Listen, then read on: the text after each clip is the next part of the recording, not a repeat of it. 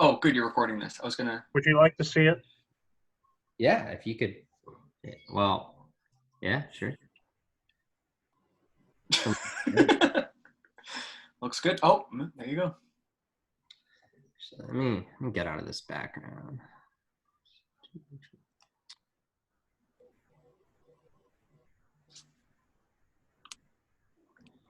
Oh boy.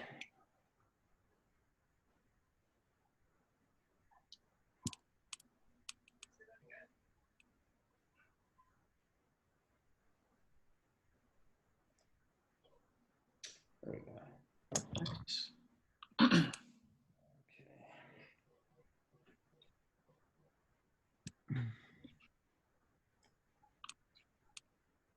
My computer doesn't let me do the background, so I have to be stuck with my Canada puzzle. Oh, nothing wrong with a little bit of Canada. No, of course not. Oh yeah.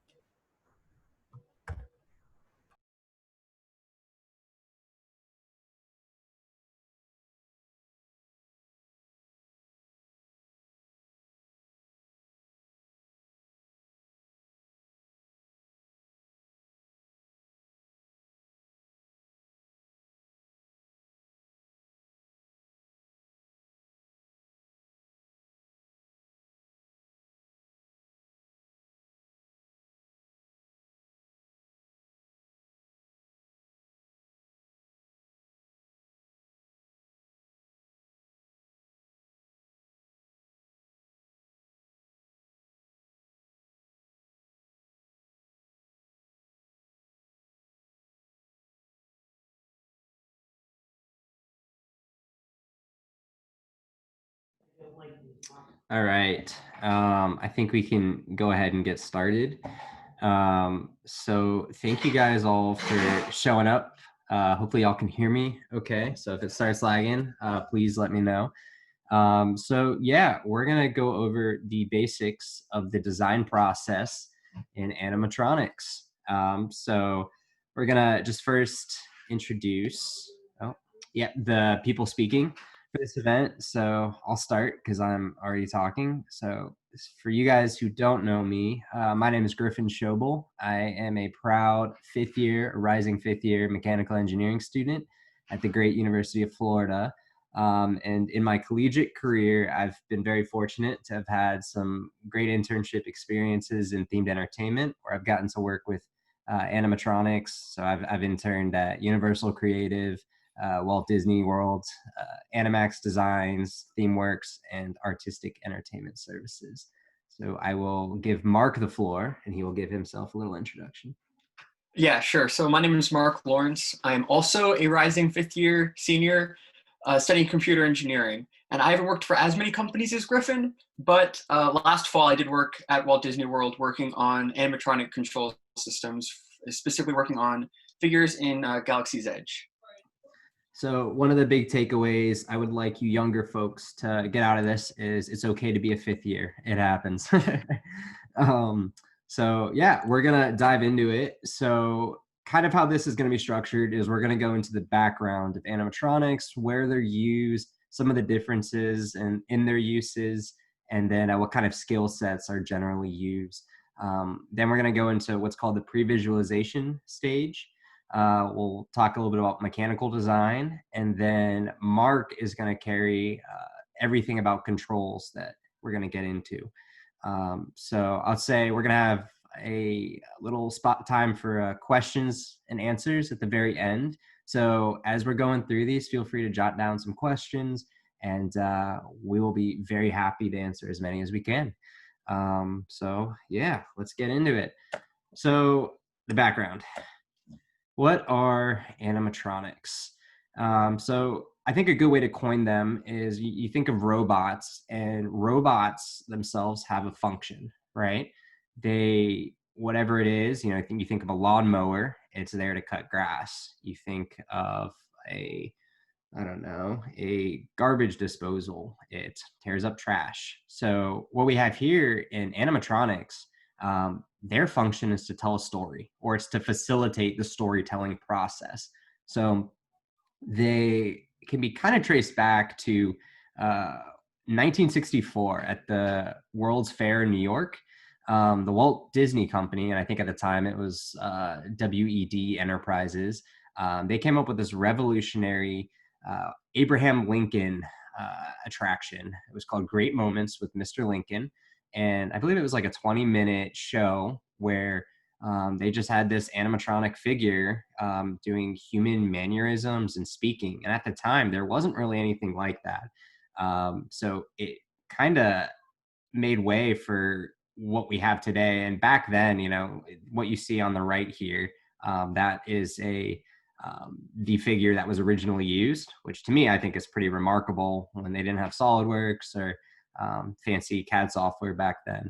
But anyway, this show was then brought to Disneyland, where that was kind of the birthplace of animatronics. And so they've been around for, a good 60 years or so. And it's been pretty remarkable to see where they've come from and the detailed process that goes into designing these things. So they are used in a few different spectrums. So we're going to go over a few main ones, but primarily for this presentation, we're going to go into the design process used in theme parks. So one of the big things about theme park animatronics is they're planned. They're well planned out. So they have to run 16 hours per day, 365 days per year.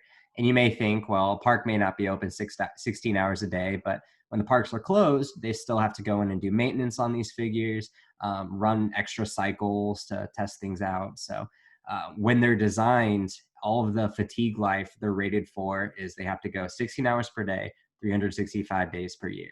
And depending on the figure, if it's more of a larger scale or smaller scale figure, they can have lifespans of 10 years or 20 years. So it really depends on the application. But these figures are typically pretty expensive. One of the other things I wanted to preface is what Mark and I are talking about. This is, public information for the most part. Like, we're not breaking any NDAs.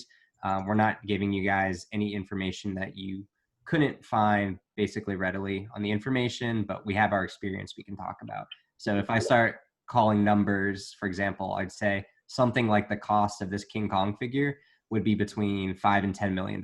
You know, that's not me knowing the specific, but based on what I've worked on, kind of ballpark numbers. So these figures are quite expensive due to the you know, really what's inside them and the process they have to go through to make sure you can get these high quality motion and show profiles. So yeah, then we kind of go over towards the film spectrum. And you know, I think one of the best examples you can think of is animatronics in film is Jurassic Park. Back in 1993, Steven Spielberg and Stan Winston, their team, you know, they did an amazing T-Rex animatronic that created some real fear in the actors.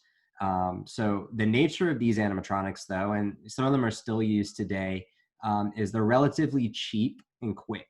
Now, the T-Rex was a larger scale figure, so that was by no means a cheap figure, but compared to what the theme park ones are, they're what we would call bench build. There's a lot less planning, and that's because they're trying to get the money shot. And the money shot basically is you need that figure to work for maybe a minute on screen or 15 seconds, whatever it is. So it's not worth the financial justification to make a very thoroughly designed figure when you only need it for a few seconds or a minute.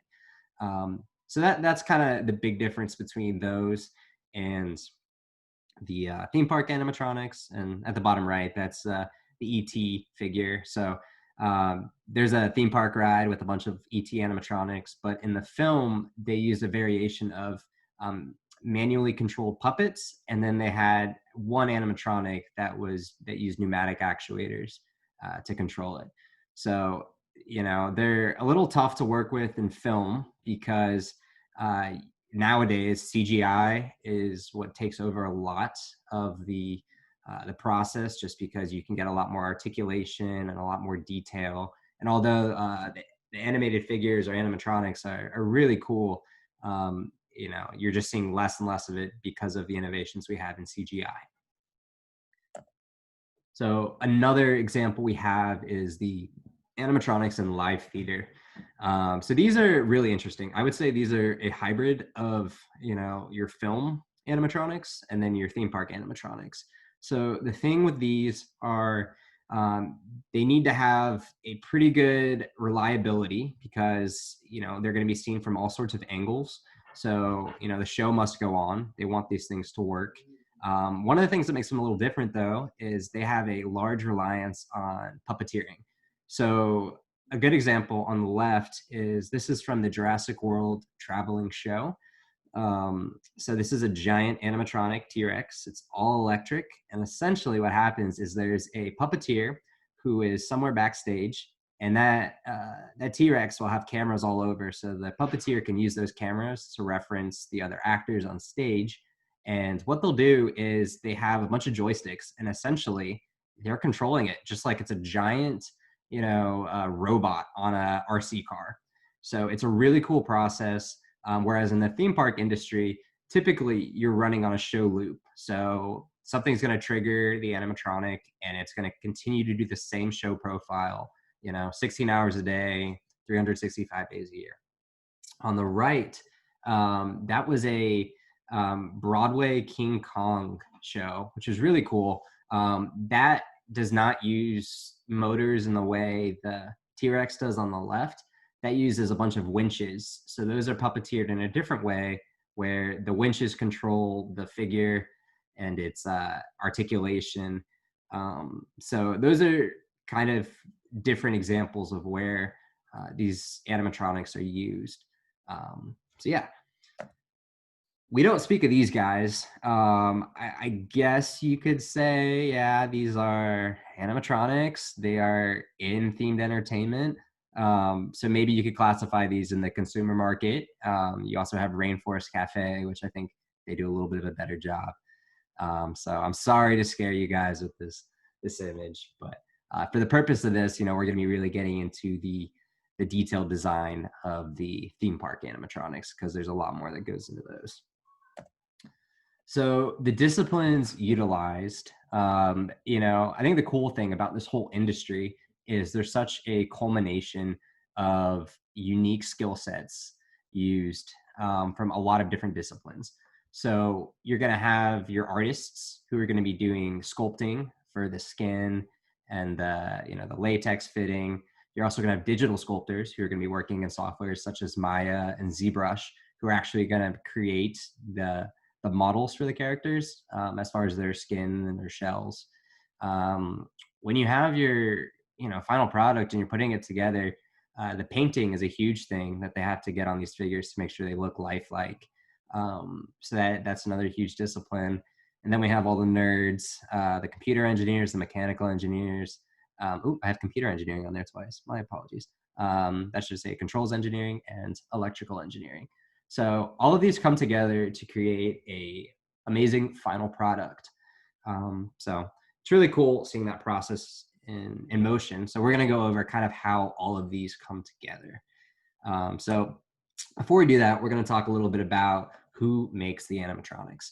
So typically how it works is you're going to have your client that is going to say, all right, we want this attraction, and we think the best way to get this narrative is to use animatronics. And if they decide that's the route they're going to go, there's a few different routes you can take. So typically Walt Disney Imagineering, they have a full show mechanical team. So they're going to work with the artists and come up with the concepts they want. But then in-house, they're going to have designers who tackle the majority of the design for these animatronics. So if you wanted to work on animatronics, you'd have a great outlet to the actual design of them. You'd have a great outlet to do so at Disney. Universal works a little bit differently, where Universal, they're going to go through the same process in figuring out what medium they want for storytelling. So they'll decide, we want this number of animatronics. However, if you're an engineer at Universal Creative, you are going to be more of a project engineer or a project manager working with your vendors to ensure the animatronics they're designing are meeting the specifications that you have set forward. So primary difference between those two is at Disney, you will be primarily designing, whereas at Universal, you will be primarily managing. However, there are many examples of where Disney has contracted out some of their animatronics. So it really does depend on the case, how many projects they have going on. So here are some of the bigger vendors that tackle animatronics. You have the top right, Sally. Sally Corp is located in Jacksonville, Florida. They typically handle a little bit of the, I would say, smaller side of animatronics. Their clients, they're making a little bit more affordable figures, so things that rely more on pneumatics and are less articulated. But they have projects all around the country. Definitely great company. Animax Designs, another great animatronics company. So they're pretty similar to Garner Holt Productions, Roush, and Tate Towers. They all do some really great work in the themed entertainment industry, and Life Formations as well. So if you guys ever get the chance, take a look at some of these companies. Feel free to reach out to some of their engineers or artists on LinkedIn. It's always great to network. Yeah. So we're going to get into the pre-visualization. So pre-visualization, this term is actually used, where it came from was the movie industry, and primarily in animation, where you have concept artists who are trying to sell their point. It takes a long time to model and animate a scene. So typically what they do is they do hand sketches that storyboard through what the creative intent is. So in a way, this is a similar process that's done for theme park animatronics. So the owner, which in this case is typically, we'll say Walt Disney Imagineering or Universal Creative, they're going to come up with their concept art. So on the left, we have just a scene from the Beauty and the Beast movie. And on the right, you have what's called an animatic for the Tokyo Beauty and the Beast attraction. So that was pulled from YouTube. They have a fantastic video where they're showing some of their artists and engineers working on this project. So this was just a snippet of one of the models they have. So the important part in the creative intent kind of stage is you have the producers and the artists or the concept artists, they figure out what do we want and how do we translate that to a meaningful model. And on the left, it's a beautiful image, but the thing about a theme park is it's physical. There's real numbers, there's physics, things have to make sense. So by creating a meaningful model, we're able to get the size of our figures, we're able to get how fast they're moving, how they're going to interface with the ride vehicles. Excuse me. These are all the important things that they need to go forward in the process. So typically what will happen first is we're going to get a character model. So this is typically done in Maya or ZBrush. However, I need to stress that depending on where you work, it's not necessarily the tool you're using. It's having the skills to do it. So Blender is a great open source software that, it's not used typically for Disney or Universal, but it's a great way to also get into character modeling. So what happens is you have some feedback between the artists and the engineers, let's say. So when they're modeling the characters, they need to be modeled to a physical size that makes sense. So typically in a Pixar movie, they could probably be a little bit more lenient with, okay, this eye is going to have a diameter of 23.76245. And if that looks good for Pixar, they go with it. It doesn't matter that it's such an arbitrary number. But for the purpose of animatronics, these are going to be converted to physical pieces. So typically they have to make sure that these numbers, they make sense. So there's always an iterative process to make sure the relative scale they want is used. And a good example for that is if you were to look in the Frozen attraction at Epcot, you have the Elsa hero figure. She's a very highly articulated character. But if you look, she has incredibly small, like a really small neck and really small wrist. And you look at that and it's, wow, okay, it looks to scale. But you think as like an engineer, you're going to have to put motors in there. You're going to have linkage systems and connections. So there's always an iterative process to make sure what looks good can be physically or feasibly produced. So character modeling phase is very important. Oh, one more thing I want to add. Depending who the client is, if it's coming from a big movie, for example, Disney, they have their animation studios. It might be really easy for them to just pull the models from their animation studio and scale them appropriately. Whereas if it's something a little bit more traditional or untraditional, I'm sorry, you could spend a lot of time modeling a character. So it's good to have intellectual property that has a kind of a model backbone. So the next thing, and this is one of the more important stages in the pre-visualization, is the character rig. So basically rigging is adding a skeleton to this model, giving life to this model. So there's two main ways you can rig a character. You can rig them with the intent of using forward kinematics or inverse kinematics. And Mark's going to go in a little bit more detail about the use of the kinematics in the control spectrum. But as far as rigging a character, basically the difference is with forward kinematics, you're doing what's called keyframe animation. So if I take, let's say, the shoulder of the Hulk right over here on the right, each joint that I have in this figure is going to represent 6 possible degrees of freedom, right? So you have translation in the X, Y, and Z, and then rotation relative to X, Y, and Z axes. When you're rigging a character with the intent of designing an animatronic, you have to understand, okay, I'm probably not going to be able to fit, 3 motors right in this joint location, right? So I'm going to have to be creative and understand how many degrees of freedom I have to work with. So typically, best practice is to say each joint represents 1 degree of freedom. So if I have at the shoulder, for example, I can have my arm raised up and down. We could say that's 1 rotary motor rotating about the x-axis, let's say. So when I create that joint, what I would do is I would go in and I would constrain the axes of motion to only be rotation about the x-axis. So that's a great way kind of as an animator to make sure you are animating something that is physically possible to create. So inverse kinematics is a little different, and inverse kinematics is very commonly used in the movie animation industry because it's such an organic way to create lifelike movement. So what inverse kinematics will do, let's look at this person on the left. So it basically creates a link. So right now, let's look at this arm. We have 3 points, right? We have, let's say, the shoulder, we have the elbow, and let's say we have the wrist.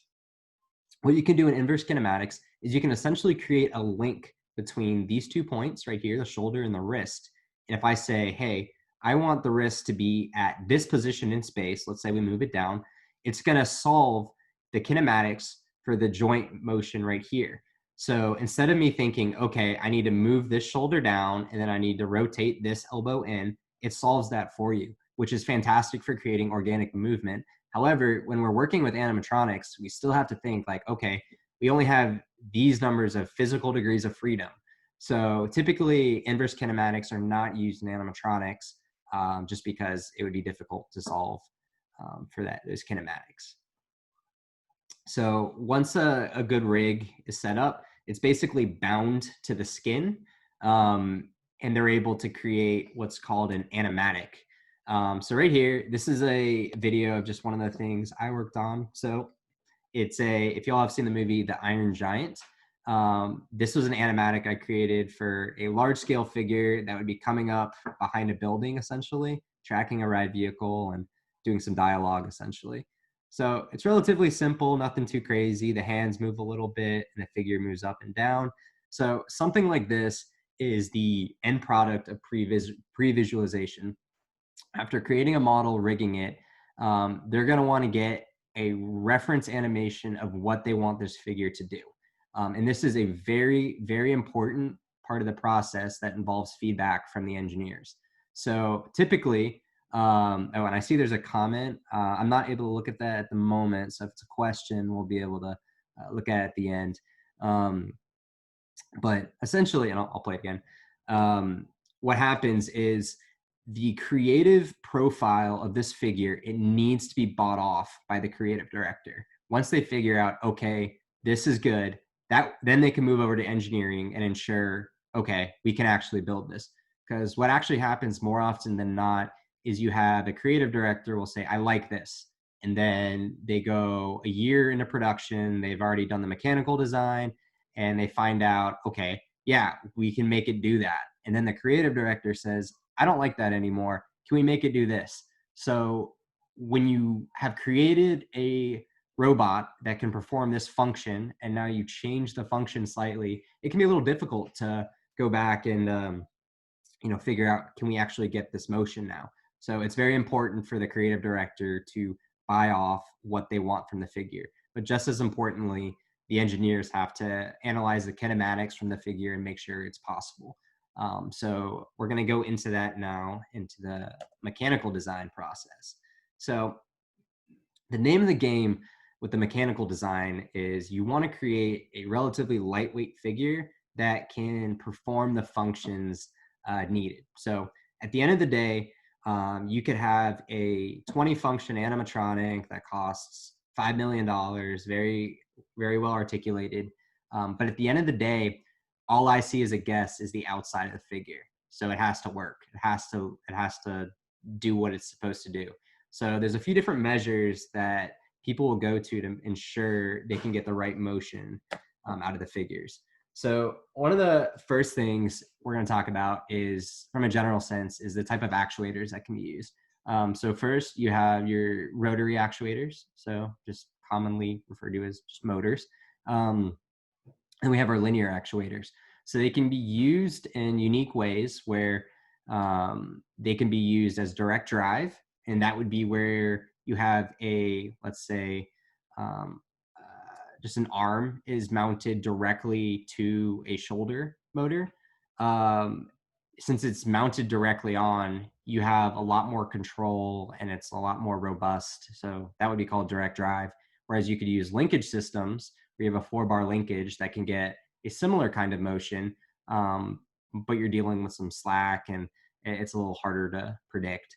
So, at the end of the day, it really comes down to the spatial constraints you have allowed. And that's typically where it becomes very difficult after you're packing in all of your structural components, your hardware, your motors, your electrical components. Oh, hi, Ellie. Okay. So from there, we can go into the difference between pneumatic, hydraulic, and electric. So typically when I'm referring to these, we're going to talk about linear actuators in this context. And it's been really cool to see the evolution of animatronics. So back to Abraham Lincoln, we talked about with the 1964 World's Fair, that was all done with pneumatic actuators. Pneumatic actuators, they use air essentially as the medium to create your motion. And pneumatic actuators, typically they're not used too much nowadays for your more articulated, larger figures, solely because, some of the reasons in the chart, they're relatively weak. The precision and reliability are moderate. They're not too favorable, and they even make a loud sound too. Like if you go on a Splash Mountain, you go through some of those figures there's a mix of pneumatic and hydraulic. You'll be able to actually hear the air compressing and decompressing when the figures move. So then hydraulic actuators are definitely a step up from pneumatic. You're able to get the strongest throughput compared to your electric and pneumatic. However, one of the big things that are a pain with hydraulic actuators is they leak. If you as an engineer can come up with a way to create a hydraulic or pneumatic actuator that does not leak, you will be a millionaire. They always cause problems. So a great example is the Jaws animatronic figures in the movie and in the attraction, the theme park attraction. They would constantly leak. And for the theme park attraction, that means you have hydraulic oil all in your water. And if it's guest facing, it's, they don't want to see black water.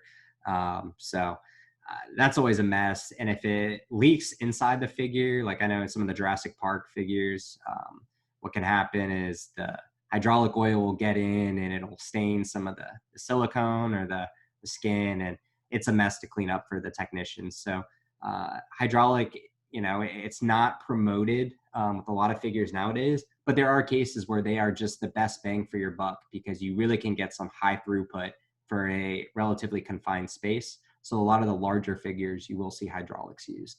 Now, electric actuators are kind of like the revolution we're going through right now with animatronics. So a lot of what we call hero figures, which are the more expensive primary figures that take up, the main scene in an attraction. I think like the King Kong figure or some of the Kylo Rens for Rise of the Resistance. Those are primarily made with electric actuators. And the reason for that is you're able to get some incredible precision out of these things. That's at the end of the day, as a show programmer, if you're able to control the exact precision of your figures, you're going to be able to get the artistic, articulated motion you want. And at the end of the day, again, we don't care what's on the inside. We just want it to look good on the outside because it's very easy to tell when something doesn't look good if it's, too rigid in its motion. So that's kind of an overview on the actuators. So I'm going to go into a very specific kind of actuator that's kind of a big deal for animatronics. So these are called harmonic drive motors. And what's fantastic about them is they have such a compact size, but they offer great torque and RPM specifications. So typically when you size a motor, the key things you're going to look for are the torque and the speed needed for a given motion. So we're going to go into that in the next slide with what's called rigid body dynamics. But Harmonic Drive is the name of the company, and they've had this patent on this amazing system. So what I'm going to show you on the left is a video, and it's going to look a little weird. So I'm just going to communicate what it is first. In the inner ring, you have an oval shape, right? Which is kind of weird when you think of gears. Gears typically are circles mating with circles. So here, what we have is we have an oval in the middle with a ball bearing outside of it. So it's going to rotate that way. And the teeth you have two less teeth on the inner ring versus the outer ring. So we have what's called zero backlash. which basically happens where you always have teeth engaged in your mate, if you will, between the gear teeth. So typically in a common gear motion, if one tooth of a gear is in between two other ones, I can still wiggle that gear a little bit and get a little bit of motion. So in terms of animatronics, you don't want something to kind of wiggle freely. You want to have full control at all times. So with harmonic drive motors, you have zero backlash, so you're able to control it down to a pretty great precision. So check out this video. Again, I hope it works well with like my internet, but you can see here, it's an oval and you always have teeth engaged on either side. So you always have two teeth at a time that are engaged. It can't slip essentially. So I'll play it one more time. I think they're pretty cool. But anyway, these motors are very commonly used in animatronics, and they're used elsewhere outside in like the aerospace industry and satellites, just because they're, again, great torque and RPM based on their size. Another thing that's great about them, so this is one model. This is an FHA harmonic drive motor. So this is a little bit of a smaller size, a little less than the size of your fist. One of the things that's great, so for you mechanical engineers out there, if you've taken design and manufacturing lab, they're going to talk about different ways you can, connect a hub to a motor, let's say.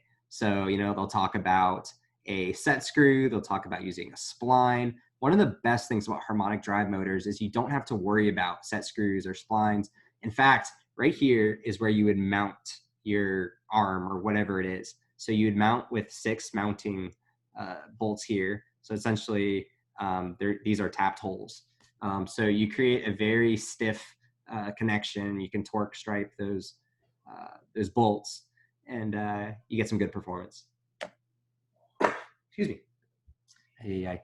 All right, so we're going to get into one of the most important types of analysis when we're designing animatronics. It's called rigid body dynamics. So typically what happens in rigid body dynamics is we're going to take the show profile from Maya, or the animation, the animatic we created, and we're going to import each joint position data versus time at motors in our model that we're making. So this is done at the beginning of the animatronic process to figure out, okay, what size motors do we have? Because at the end of the day with animatronics, and I'll get into this in a little bit of the modeling method, we're really focused on our motors and our bearings and designing connections that put them all where we want them in 3D space, right? So when we do a rigid body dynamic analysis, what we're doing is we have to estimate the rough mass that we're going to have in our system.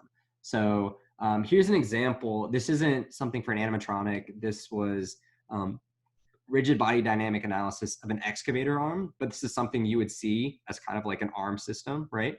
So what would happen with this is in SolidWorks or ANSYS, you can use different kinds of software. I'll pause it right here. What we would do with our linear actuators is we would add motors to them. And what you can do with the motors is you can prescribe a position versus time output. So regardless of the geometry and mass we have of these, it's going to move the system at a keyframe. So it'll say at 4 seconds, this is going to have a stroke of 4 inches, and so on. So the beautiful thing about rigid body dynamic analysis is when you run this animation, you get the position versus time that you want, and it's ignoring the inertial effects of compliance. So in other words, in reality, if I swing this boom up, inertia is going to want to keep it moving. But in this, it's only accounting for at this position, it has to be at this time. So the beautiful thing from this is you can probe these motors in SolidWorks and get a feedback for the amount of motor thrust and speed you would need to get that desired show profile. So that's exactly what happens with animatronics. They're going to do what's called a rigid body dynamic analysis to figure out, okay, for this function, say it's an eyelid or it's a torso yaw, they'll be able to see, okay, roughly we have this much mass and we need it to be here at this position at this time. It's going to give you, as a function of time, the motor torques and the RPMs needed. So when you spec out a motor, typically you go to the vendor and they're going to have a chart. They're going to say, running at this speed, this is the amount of torque that it's able to output. So this is an example. I just pulled this online of a linear relationship where, say, it's running at 50% speed, you're getting about 50% torque. That's not true for all motors. So when you're picking out a motor for rigid body dynamic analysis, you want to understand that relationship between torque and RPM. So essentially, they do these analyses with safety factors built in. So they know, okay, if I've estimated the left arm is going to weigh 150 pounds and I can get the profile I want. In reality, you might find that you didn't get a good estimate for the weight of the skin or the shells you're using. So maybe now it's 180 pounds, and now you're not going to be able to get that show profile you want. And then the figure's not going to meet creative intent, which is a nightmare. And it's hard to work backwards and figure out what the character can actually do.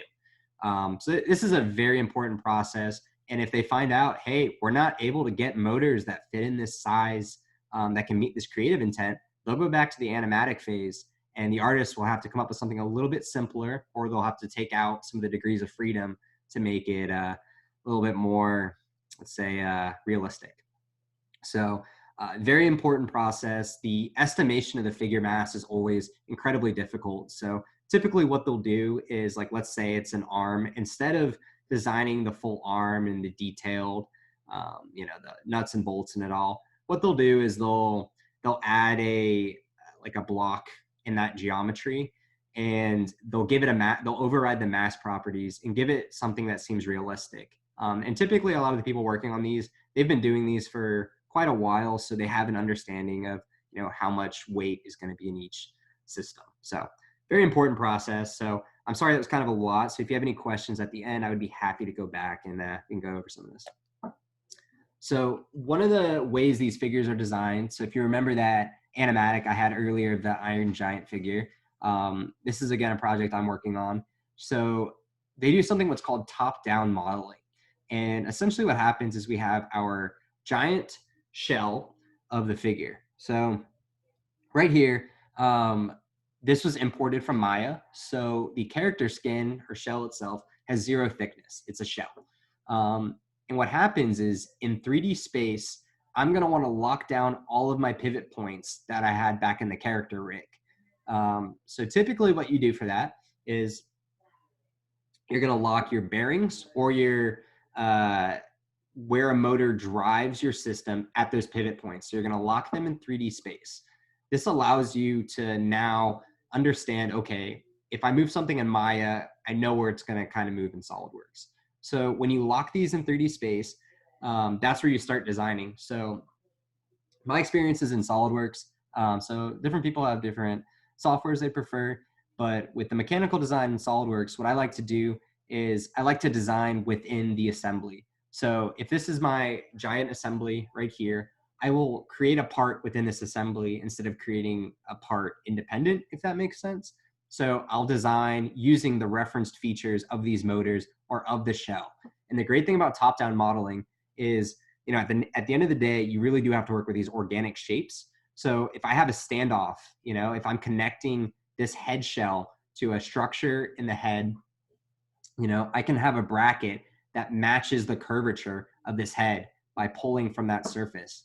So, that's a great way to stay organized when you're designing, is to reference your shells at all time and make sure your motors are locked into place. So that's top-down modeling.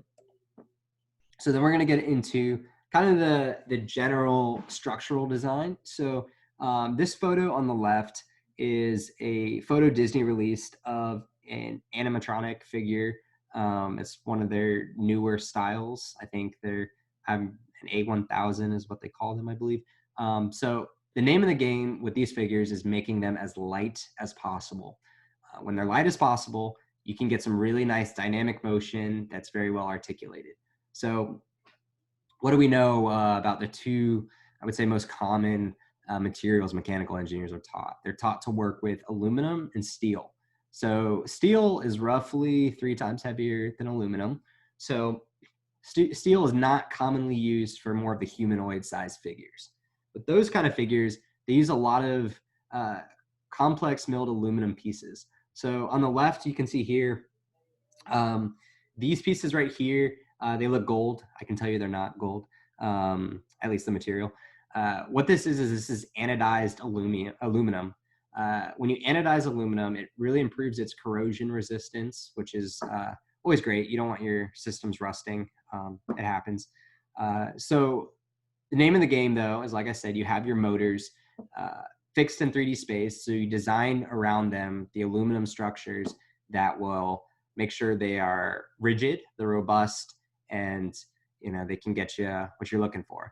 One of the hard things about animatronics is just the packaging. Like if you guys saw at the front page of this presentation, there was the shaman head from the Navi River Journey at Animal Kingdom. I believe that head alone has like 48 functions or something ridiculous in it. So it's incredibly compact. It's very difficult to design that way. So if you have all your motors locked in space, really at the end of the day, all you're doing as a mechanical engineer is you're just finding creative ways to connect everything. And so typically aluminum is used just because it's highly machinable, and you're able to get some really, really nice shapes. Additionally, and I'll get into this a little bit more with the character shells, but one of the advances we're doing in animatronics, or that are being done, is the use of 3D printing. Typically, and again, I'll get into this, 3D printing is used for the character shells, but some of the advancements we've had, whether it's 3D printing with a metal or just 3D printing with a really strong composite, you're able to get these really complicated shapes that can support the weight of these motors and these motion profiles. So on the right is, this is a personal project I worked on, where this is a torso of a humanoid like figure. So there's a lot of rivets that are used in this. Rivets are commonly used in animatronics in locations where you're going to have a permanent fixture. So with a permanent fixture, you're not going to be removing certain aspects. However, if there's intention to replace damaged components, a nut and a bolt is a great way to do it. So weldments are commonly avoided in animatronics because, to be blunt, welds suck. Welds suck for fatigue life. Typically what happens is in these animatronic motion profiles, you're not getting very high loads, but you are getting a lot of cycles in a given day. Again, 16 hours a day, 365 days a year, you're getting a lot of oscillated motion. So your welds are getting a lot of reversing stresses, and they typically tend to crack. So in these humanoid figures, nowadays you typically don't see weldments. However, back then, when they were more bench build, it was quicker and easier to make welded figures. So nowadays you typically don't see that. The exception for this is you'll have the, again, larger scale figures, where it's just not economically feasible to have a, let's say a 20-foot aluminum boom that supports the weight. In that case, steel structural members may be used, but they're typically not preferred unless the condition meets for it. All right, so another big thing is bearing selection. So the bearings essentially permit motion for our beautiful animatronics. So bearing selection is almost as important as the motor selection, because one of the most common things to fail first in animatronics actually are the bearings. So what happens is, and some of you guys who have taken mechanical design, we're taught about bearings in the context of constant rotation. So let's think of, like, I don't know, your wheels on a car rotating. Typically those are going to be rotating at high RPMs, and that's how you do your analysis for your fatigue life on your bearings. Problem with animatronics is typically we're getting what's called oscillated loading. We're going to have a show profile where the figure is going to move maybe a total of 45 degrees within a 15-second span, but it's going to continue to do that for 16 hours a day. And what happens is you typically wear down that area of the outer ring of the bearing. And when you do that, when you have your bearings fail, you can have noise that's very unfavorable. It's the sound of metal screeching on metal. When that fails, you lose your your crispness of your design, I'll say. So those typically go quick, but what are commonly used instead of ball bearings is spherical bearings and roller bearings. So on the left, we have a spherical bearing. And as you can see, you have that outer ring here, and then you have the sphere. The beautiful thing about spherical bearings is they have, or I'm sorry, they permit for misalignment, right? So if I have a shaft that I need to connect through on a clevis, and the clevis has some misalignment in the holes, I can still get the motion I want because the spherical bearing will allow for a little bit of rotation about the axes. So those are typically pretty favorable. And at the same time, when you're rotating, unlike a ball bearing, so like let's look at this here. This is a roller bearing. So these use cylinders instead of balls, even though this may look like a cross section. These are in fact cylinders. So if we think of this like a ball bearing, what happens is when you think of contact between the ball, the outer ring, and the inner ring, theoretically, the ball has one point of contact here and one point of contact here of essentially zero thickness. But we know with physics, they're pressed together a little bit. So you can, what do you call this? You can simplify this as like a rectangle making contact. If this was a ball bearing and I'm only rotating 45 degrees, I'm going to wear down these, let's say 5, 6 balls down here. And when I wear them down, it's not good. So with roller bearings, instead of having like that point of contact, you have that extruded along the length of the bearing. So roller bearings are definitely preferable to ball bearings, but spherical bearings are definitely the most preferable given the ability to handle misalignment. And when you rotate, you don't have like a ball, these balls that are distributed. You have a relatively constant distribution of force, which is really great. At the same time, lubrication is very important for these bearings. So typically what will happen is you'll lubricate the bearing. So you'll have oil that goes in it or grease that goes in it. And what happens is as you're rotating, the grease is going to get redistributed through the bearing.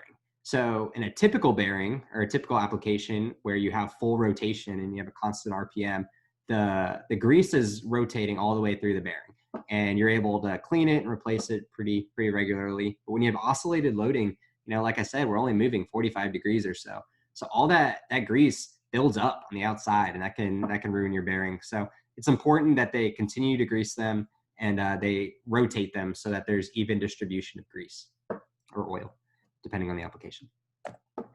Alrighty, so we're gonna get into the shells. So the shells are what we connect the skin to our mechanical structure. So on the left, again, we're visiting old Abraham Lincoln. Back in the day, they used a lot more traditional processes. So the shells would either be sculpted out of fiberglass or they would be vacuum formed. So in this case, I believe they're vacuum formed. But the problem with that is it's very, what I would say, bench build. We'll get this relative dimension and we'll glue on some attachment points and we'll make it work. It's fine. It works for film, no problem. But when you're working on something that needs to be more planned, as a mechanical designer, I want to be able to attach my shells just like I would be attaching an aluminum structure. I want it to be that robust. So on the right is a screenshot from another video Disney released where we have 3D printed shells. Now, the beautiful thing about 3D printed shells is you have a digital designer who's working on them. So they're going to have access to that SolidWorks model. They're going to be able to make sure, okay, things are going to fit. Things are going to work great. It's very helpful, and that's what's commonly used nowadays. So, a lot of the revolution we have is the composite printing abilities with 3D printers. So I know a common application is printing with glass infused nylon, where you have a really strong material relative to traditional 3D printing filament, but it's somewhat ductile and you're able to machine it. So I've worked with it in the past where, if I didn't spec out the right diameter, I've been able to take a drill and drill a 3D printed component. When you think of 3D printed components, they're typically pretty brittle. So it's pretty incredible, some of the technology that's available. So shells are just as important when you're designing your figure as, your structure, because if you don't account for your shells, you're going to run out of room, or you're not going to get a good attachment to your skin or your fur. And again, if you don't have things looking good on the outside, you have bad show, and people don't want to see that. right? All right, so the last component of the mechanical design we're going to talk about is skin and fur before we go over to Mark on the control side. So yeah, on the left, very scary looking, right? That's our beautiful shaman from Navi River Journey. So I mentioned a ton of motors, ton of functions, and a lot going on here. One of the more recent things animatronics have been using lately is the attachment method of magnets. So as you can see in the head, these little things right here that are pressed into the skull, if you will, are magnets. And what's cool is the skin that goes on this figure actually has magnets that are baked into it. So when they're reattaching the skin on these figures, it's so much easier to just place it on and know I have magnetic connection and I can adjust it and make it look good. Another example of what's commonly used is snaps. So they're, if I don't know if you guys are familiar, they have a name of Whopper Poppers, which is kind of a weird name, but they are also referred to as like boat snaps. So they're great because they're a rigid mechanical connection. The only thing that's not desirable about them is if you have a large scale figure and you have to do a lot of these connecting points, you have to make sure you're lining up the right snap to the right, the male and the female side of the snap. And sometimes they rip out. And if they rip out, then you have some dangling bit of skin and it's hard to adjust that skin, how it looks, or the fur. So with the shaman using the magnets, it's very, very desirable because you can be a little bit more flexible with it. And it's just really quick.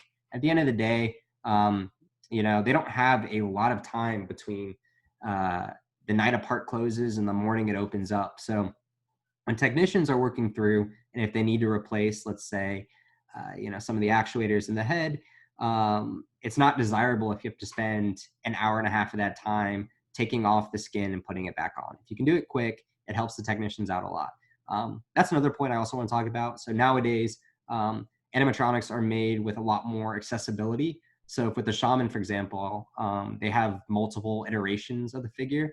So if one needs a lot of repairs, they can just throw in another one in. So designing animatronics with the intention of being able to remove them from a show scene and replace them quickly while they can work on the one that's having problems is very helpful. So another thing I want to talk about was the use of fur in general. So maybe you guys are familiar with this one on the right, maybe not. So this is located at Diagon Alley at Universal. This little furry critter is located in one of the gift stores in kind of near the Gringotts Bank. And it has like 2 degrees of freedom. Its head just rotates and then its tail moves a little bit. This figure is a pain in the ass. The reason it's a pain in the ass is you have, you see where the head's moving, right? That neck, you have fur in that area, right? So think of it like this. I want to make this cat look good, right? I want it to look as realistic as possible. So you could look at a cat, see how their hair normally is, and design it that way, and that's cool. However, this is a mechanical system. So what happens is if you have the hair too long, it's going to get caught in your bearings, and then that's going to mess up your motion. Things are going to get caught, and then it's going to look like it's twitching, and we don't want that, obviously. But if you don't make the hair long enough, you can see that gap, and it just kind of ruins the illusion. So fur can be a very difficult thing for designers to work with. So one of the ways that we're able to come about this is lighting. Like if you think of the Kong attraction, it's a big character. It's relatively dark in that scene. They have lights on the character's face, but you're not really looking at some of that the peripherals of the figure. So when you're designing an attraction, little things like that can always help in that relationship between the mechanical engineer and the artist trying to make this thing a good figure. So with that, I'm going to turn it over to Mark, and he's going to go in and give you guys an overview of the controls used in these figures. Yeah. So just to start, in general, the stuff I've experienced with is with mostly the electric motor. So everything we'll be talking about is mostly related to that. But a lot of this is going to apply to all the other types of motors, all the other types of actuators as well. So if we get started, you can hit to the next slide, Griffin. Thank you. Oh, okay. Oh, I'm sorry, guys. Okay. Do you see it now, or is it frozen? it's showing the skin in first slide. Oh, goodness. Okay, perfect. So I'm just, from the very beginning, as soon as you turn your figure on, you boot it up, and unless the figure has motors with absolute encoders, meaning the encoders have memory, when you boot it up, the figure does not know what position it's in, right? So if when you shut it down, if the motor arm was up like this, but then for some reason it's now in this position, the computer's not going to be able to know. And in order to do the proper animations, you have to first start by homing the figure, basically meaning have a proper understanding of where each location, having to understand the location of each motor. So in order to do this, you're going to go through the homing routine, which is kind of what I have in the little video of just a general arm motor doing this. So what it's doing is, so say the function starts in a position like this. It's going to start moving in one direction until it hits a physical end stop, or like a physical piece of metal that stops it from moving any further. That means it's hit the one end of its maximum range. Then it's going to move the other direction until it hits another endpoint on that side. Now, once you have these two endpoints decided, you can then compare that to an expected range of motion, or range of motion that's expected to have. And as long as those two values are in sync, are within this a threshold of each other, then you know you've successfully homed that motor. And now you can move it back to an initial position. And basically, you know exactly where it is in relation to all the other motors in the system. The reason why you have to do that comparison is because you want to make sure you have accurate homing, because it's very important that you do. For example, during homing, if for some reason it thinks it hit the end stop, but instead it actually just got caught in a piece of skin, it could think the homing is complete. But since that range is not the full value that you expected it to be, it's not going to be very accurate, which could then cause problems as you try to run the animation later on. So now the control software is able to think of the motor's position in terms of location instead of just degrees. So this is going to allow you to actually run the animations. So you go to the next slide. I'll be talking about programming animations. So there's basically a handful of ways you can do this. So if you look to see the picture on the left, you see one of those control boards. You would see if you watch, especially like a lot of the older like Disney documentaries on on animatronics. So they have specific knobs for every single function, and you can kind of create the animations using keyframes like that. And nowadays, like Griffin was talking about, you can do a lot of the animations in a software like Maya, which then can be exported into a piece of code that can then be understood and interpreted by the control system to actually run the animations as expected. And the important thing for show programming, or with the people who would design the actual animations, is to make sure that, as Griffin said before, that the animations that they design are within the scope of the actual mechanisms within the function, within the figure. So if you go to the next slide, I can talk about actually playing back the animations. So this uses something called inverse kinematics, which is then going to convert the animation data into data that the control system can actually use to move each function to the correct position. So when you run a show, the control system has to figure out, okay, so I want to move from this position, I want to move to over here. Now, how is it going to do that? So if you see with the examples with the two pictures I have below, the red dot is like the wrist or whatever in a hand, and it's going to say, okay, you want to move from, say, coordinate 0, 0 to 1, 1. Well, now the computer has to do some processing to figure out what angles to move the joints at in order to get to this position. And of course, the more degrees of freedom the function has, the more complicated the math's going to be, the longer it's going to take. And all this stuff could happen real time, but as Griffin said earlier, this takes a long time to do these calculations. So most of the time they have to be done ahead of time in MATLAB or something, and then they can be imported into the control software that it can then use lookup tables in order to do these calculations. So instead of having to do the calculations every time, if it wants to move to a different position, it can just reference the lookup table, and there it can say, okay, so in order to get to this position, you have to move these motors to this position, this one to this position. And of course, all this is only possible after you've homed the motors, so it's able to translate to the correct angles in relation to everything else. Of course, another thing is the importance for all this is it's all speed. So you have to make sure that you're able to do this, even like look into the lookup table as fast as possible. So something that's done a lot is if your function has the ability to move a lot more than it actually needs to for its show, you only need to do the calculations for whatever the show is going to require. So if it only needs to move this much, but it can move all the way up here, your lookup table is only going to have as little information as possible, so it can be as quick as possible searching through that. This, of course, is going to cause problems if for some reason your function is outside of that expected range, because then if the computer tries to look for a specific coordinate that doesn't exist in the lookup tables, it's going to fault and not be able to perform the proper animation as it's expected. So next I'm going to be talking about safety systems. So this basically how these systems as a whole work. You have the main control computer and then redundant PLC normally based safety systems that monitor the figure to make sure everything's working as expected. And if for some reason something's not working as expected, they're able to pull power as soon as it detects any problems to make sure that the figures don't harm itself, or more importantly, any guests or maintenance people who for some reason have gotten too close while it's in operation. So there's a handful of things that these safety systems check for. Each of the motors have encoders in them that tracks the current location that each function's at. And if that encoder tracks a different location than what's expected based off the animation, it can throw a fault, making sure that the figure isn't moving for some reason out of its expected animation, basically. It's able to monitor the current that each motor is requiring to make its animation. So for some reason, if there's something blocking a motion and it's trying to push up against it, but it can't, the current will spike to the motor, and then again the safety system will be able to track this and shut it down before anything bad happens. The reason why both these two issues might occur mostly just because of costuming. So if the skin is tugging for some reason, and again that can be fixed pretty quickly. Other systems integrated into the safety system could be like an intrusion system, which is usually just like pressure mats on the floor or lasers to make that track if someone walks in front of or too close to the figure.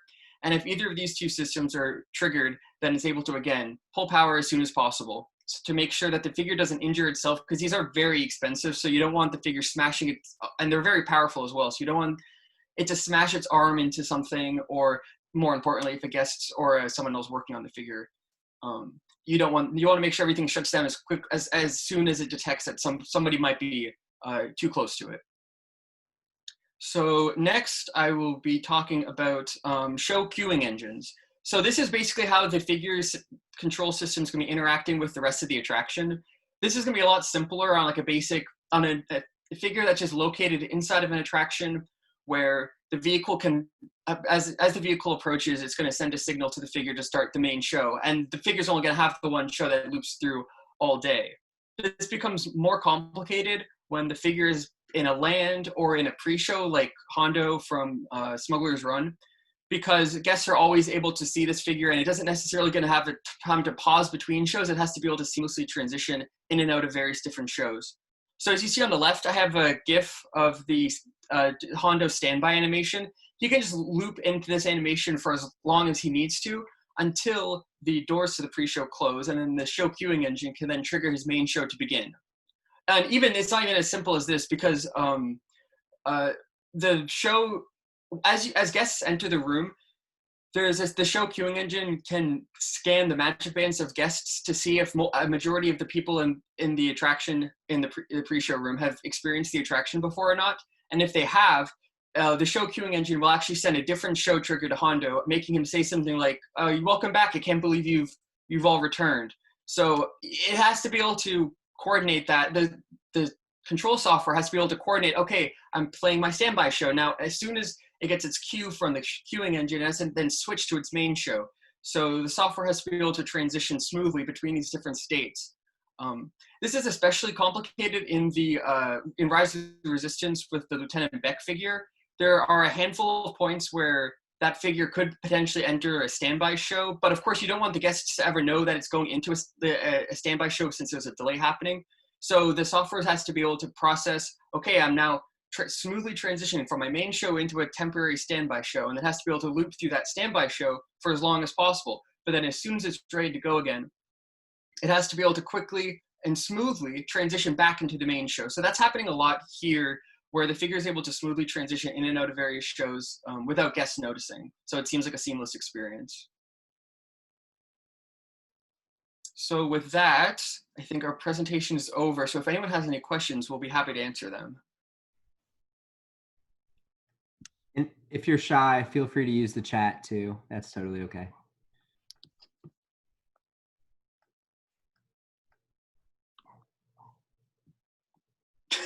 Hopefully not 20 minutes, but the whole point is if there is a delay, you don't notice. So. Okay, this is a joint question from me and someone else. During the Hulk animated figure, there was like an orange joint. We were wondering what that did. Yeah, let me go back there. Let's see. Talking about right. Oh, right here? Yeah, that one.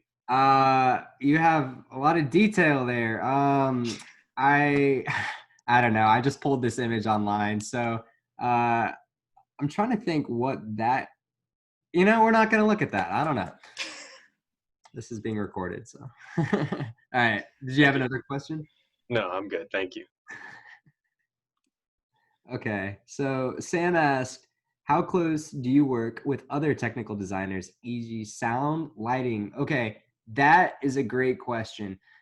So I'll speak to this first, and then Mark, if you want to chime in, you could do that. So one of the interesting things that I meant to talk about, actually, let's go look at the photo of, let's see, this guy. All right. So right here, you can see in this figure, can anyone guess what is located in here? So we have our audio system for this animatronic. So as a mechanical engineer, you're going to be working with your audio designers who have spec'd out the hardware that they want. So typically as a mechanical engineer, you're not the one figuring out, okay, how loud do I need my speaker to be? They're going to pick out, this is the spec item we need. And the mechanical engineer, their job is going to be to integrate it. So like on my figure right here, I didn't have the actual electrical or sound system, but I left room for it. So that's where something like that would exist. So there's definitely a collaborative process with that. Another example, I did not include any examples in the PowerPoint, but you think of the Mickey and Minnie's Runaway Railway figures. Those use forward projection. So instead of having latex or silicone on the faces, you're projecting onto a transparent body. So typically something like that, that's not the discipline of a mechanical engineer. That's someone who has a background in AVLP, audio, visual, lighting, and projections. And they're going to just tell the mechanical engineer, this is what we need. This is how much space we need. So their job's going to be to integrate it.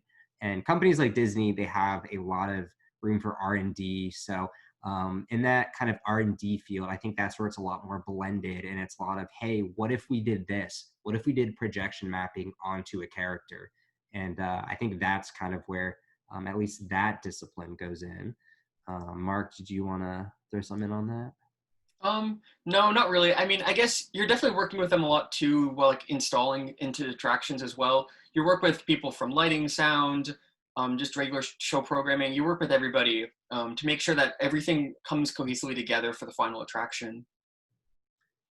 Yeah, absolutely. And, Mark actually had a pretty good point. He talked about, the safety redundancy to make sure you don't have a figure smack another person in the head. So I had a friend who was promptly slapped by Elsa when he was working a third shift at Frozen.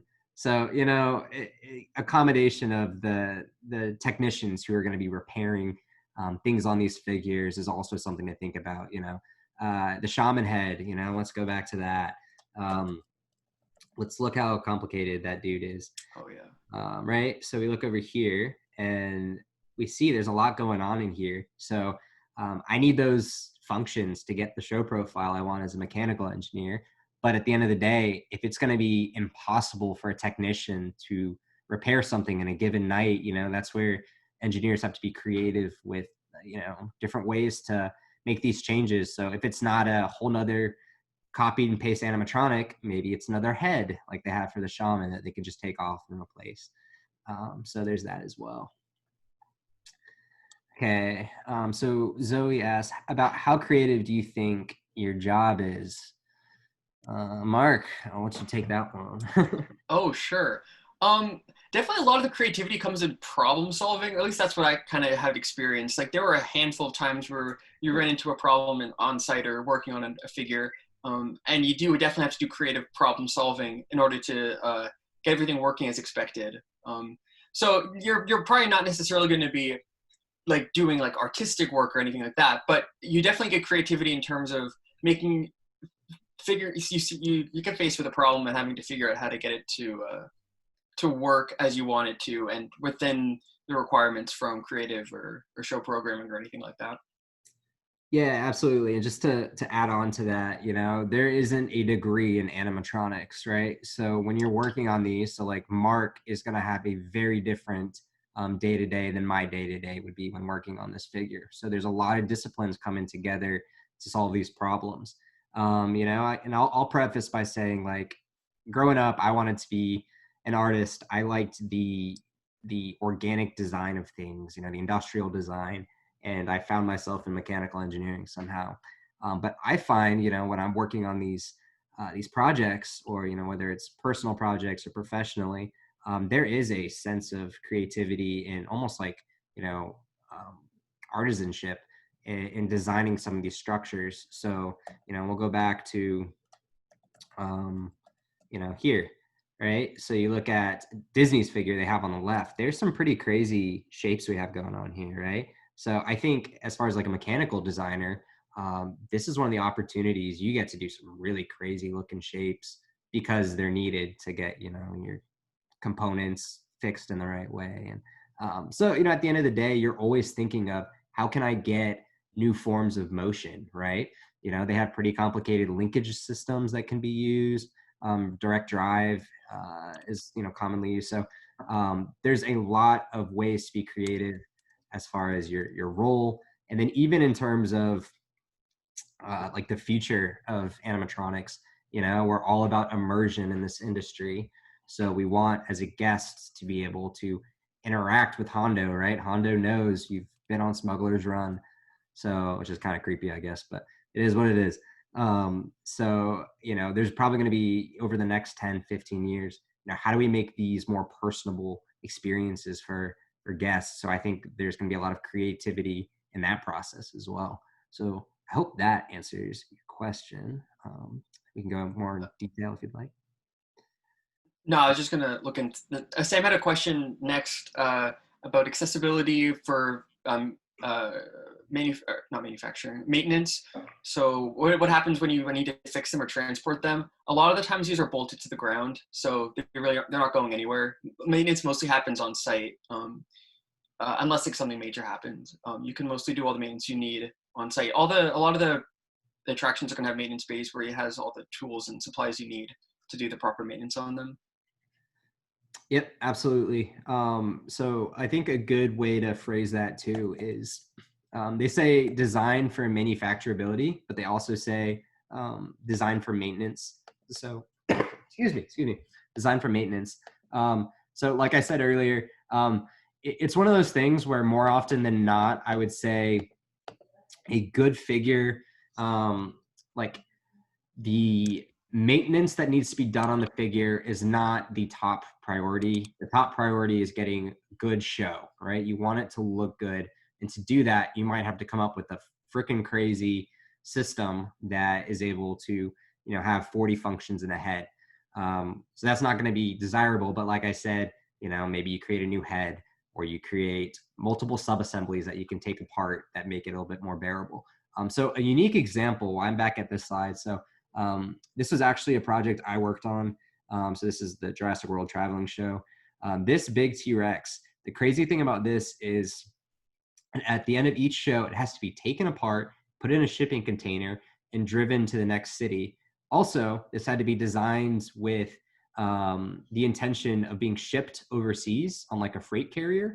So, you know, when you think as an engineer, like the loads you're expecting, right? Like I know the show profile loads this thing's going to have, but I don't know when it's on in the middle of the ocean, when it has a storm and there's like a 15-foot wave, you know, the loads this thing's going to have when it's strapped in a box. So, you know, this whole thing was designed with the intention of being taken apart within a few hours and being put together, which that has its own, you know, plethora of problems as far as a fatigue standpoint and making sure things are assembled as they're supposed to be. That's the beauty about theme park animatronics, is typically when it's assembled and installed, it's there, right? Like, you're not going to be constantly taking it apart each day, except for your you know, maintenance, your preventative maintenance schedule. So cool. All right, let's see.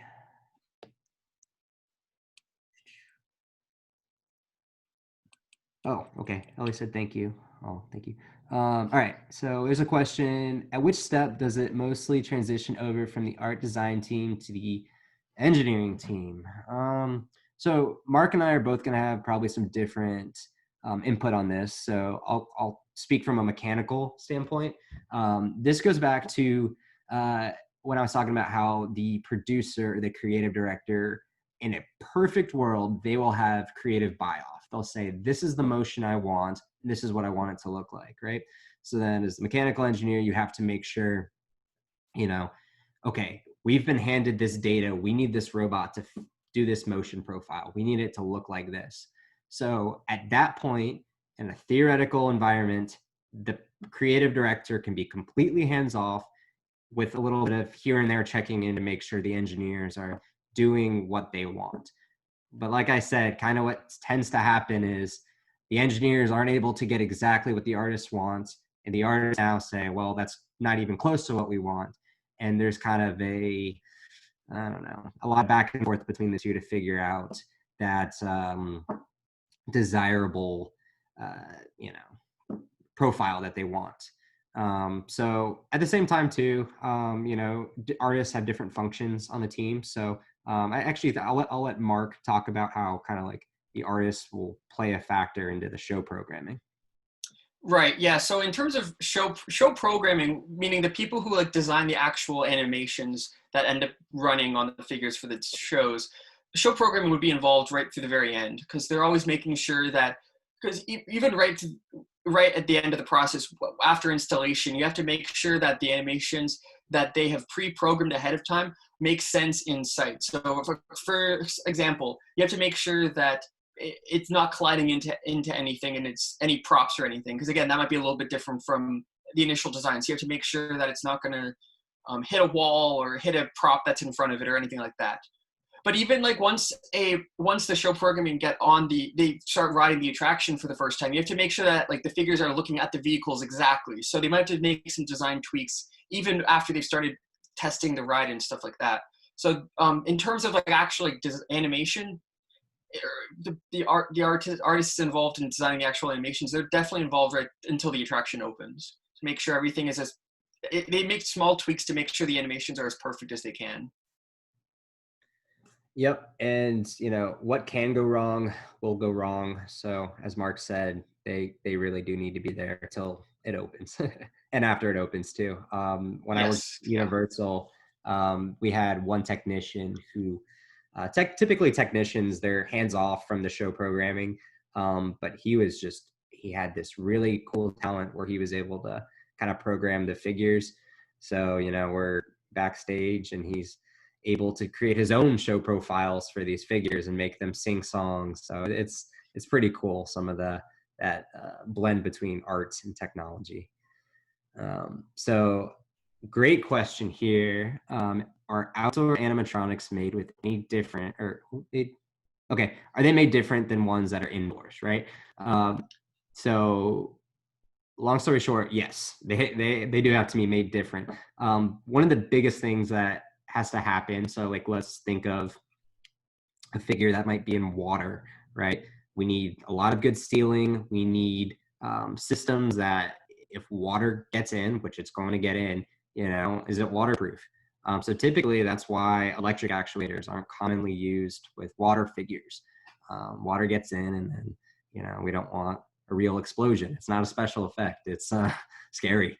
So that's why hydraulics and pneumatics are typically used for figures that are located within the water. So I'm thinking like Jurassic Park style attractions, some of the Jungle Cruise animatronics. So like that's definitely consideration. With that, you're also more susceptible to rust. So if you are going to have a steel structure that's in the water, kind of anchoring everything, you're going to want to use stainless steel or a type of galvanized steel. You want to reduce the need to replace the rust and corrosion, which it happens. Okay. Uh, so what other thing? Oh yeah, if they're outside and they're going to be in the sun and it's not in the water, that's another thing that the creative directors, I would say, have to account for is, the skin and the paint, it's going to fade a little bit. So how that's kind of mitigated is typically the skin can be replaced, once a year. So when they deem the show quality isn't looking great. So that's kind of another thing to account for. Distance is also important as well. If it's somewhat in guest interaction or guest viewing window, they want the figure to be robust enough where it can't contact the people. But if it were contacted, it would be safe, I guess. So Chris asks that he says that he's been working to connect animatronics to the facility in both steel framing and with concrete foundations. This is usually done with maximum load cases as provided by the animatronics manufacturer. Where do these values come from? I do not know. I don't know if hopefully, Griffin, do you have an answer for that? Yeah, Chris, could you specify your question? Or do you frame it a different way? I'm not really sure. Are you asking where the maximum loading cases that would cause failure on like a key structural component of the figure, or how can I answer this question better? I think he's talking about like the foundation. Okay. No, so like, how do your maximum dynamic load cases come about, and how do you calculate them? Yeah, More absolutely. of a Griffin question than but yeah. Yeah, so the rigid body dynamic analysis we talked about earlier, right? So we use that to get the torque and the RPM we needed for our figure, right? So one of the things you can also do with a animation like that in ANSYS or SolidWorks is you can do what's called a transient analysis.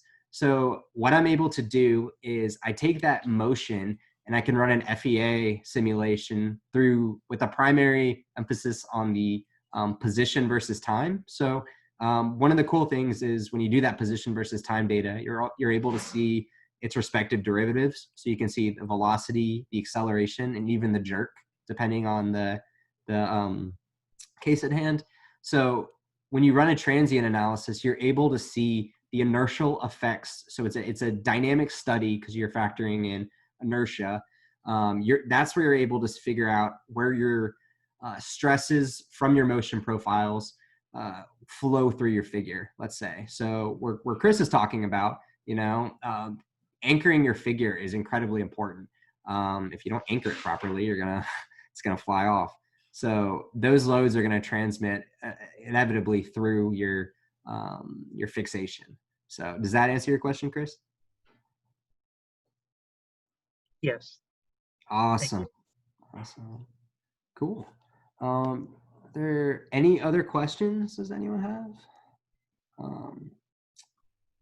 I do want a quick note for anyone who is interested in like a career where they're designing animatronics or show action equipment. So another quick distinction: show action equipment, they're a little different than animatronics because show action equipment, they are basically moving props. So if you go in Diagon Alley, you're gonna see like the moving broomstick, something like that. It's not technically an animatronic, but it's a moving prop that enhances storytelling. So those are called show action equipment pieces, or SAE. But anyway, if you're interested in this kind of stuff, I would highly encourage you to take on a personal project. So, whether it's learning a little bit of Maya to do some animation or just doing the mechanical design of a simple simple figure, whether it's show action equipment or, a larger scale figure, I think just giving it a whack, figuring out, hey, I know I just need motors, I need bearings, I need to connect all these together. I think you'll surprise yourself and see it's, not as scary as it may seem. And networking is also great too. So, everyone in this club, we're all here to help each other. So you're welcome to reach out to me or Mark, or I highly encourage you to go on LinkedIn and let me find it. Some of these companies, many of them may be on furlough right now, or, maybe their work isn't heavy, but, this isn't an industry that's dying by any means. It's going to be slowed down for a little bit. So, spend the time now to get to know some of these designers. They're great people. Okay. Was Maya the one you said was downloadable for free? Okay, great question. So as a student, you have free access to all of the Autodesk software. So Maya is included in that. So yes, you can download the student license for Maya for free as a UF student, which I would recommend using because it's what's kind of the industry standard. Another one that's used more for like ride vehicles is 3ds Max, but it's similar where you're doing motion profiles and you're exporting that data to your ride vehicles. Similarly, the software that's free is Blender. I'll type it out, just like the instrument, right? Blender, or not instrument, sorry, the food device. So Blender is an open source free version, which has pretty much the same capabilities as Maya, but it's just not commonly used. And maybe that's just because you have to pay for Maya, so therefore industry uses it. So hopefully that answers that question. LinkedIn Learning is a fantastic resource to use where you can learn how to use these softwares. That's how I learned Maya. They have some pretty good tutorials on just how to rig and animate a character. So you can also learn how to model in Maya if that's what you're interested in.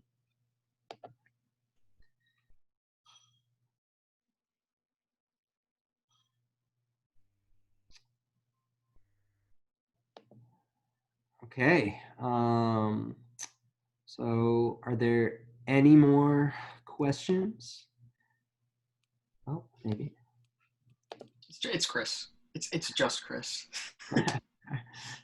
Animax. Animax is good. Good company. Okay. Well, on that note, I just want to say. I have one last question. Okay. Oh, okay. Why is the Yeti broken? So that's a great question. It's the foundation, isn't it? So the urban legend is the way that figure was designed. It was the way it was installed was very integral to the facility, right? As you mentioned. So the repairs that would need to be made, without getting into all the details, would involve, tearing out part of the mountain, essentially. And so with that, a downtime. And that's just one of the popular actions. So really, there's no financial reason to fix it. I mean, if you really think about it, the cost it would take and the downtime, and, we're in a pandemic, so it's a little different, but it just doesn't justify fixing it, right? So they had a good fix for it. They still, they have Disco Yeti, and it works. Like, people are still kind of scared of it. As an animatronics purist, I would love to see it in action, but for them to spend all that money to fix it, it's not that they can't fix it. It's just, there's really not a financial incentive. They would rather spend it to a new attraction than they would on updating that.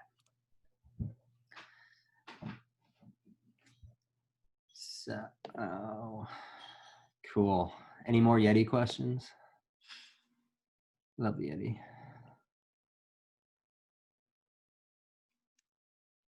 All right. So I just wanted to say thank you guys so much for coming out and participating in this. Oh, is there another?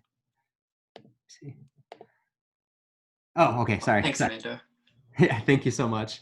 So yeah, thank you guys again for coming out to this. This has been awesome. I can probably speak for Mark in saying if you have any more specific questions, Yes. please reach out to us in the Discord or in the Facebook group.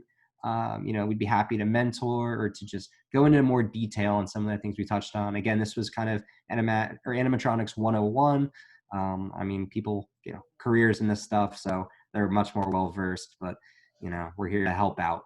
So, this was recorded too. So we'll find a way to make the link accessible. So if any of you guys need to go back and look at some of the slides, you can do so. So with that, I thank you guys so much. You were dismissed. Thanks, everyone.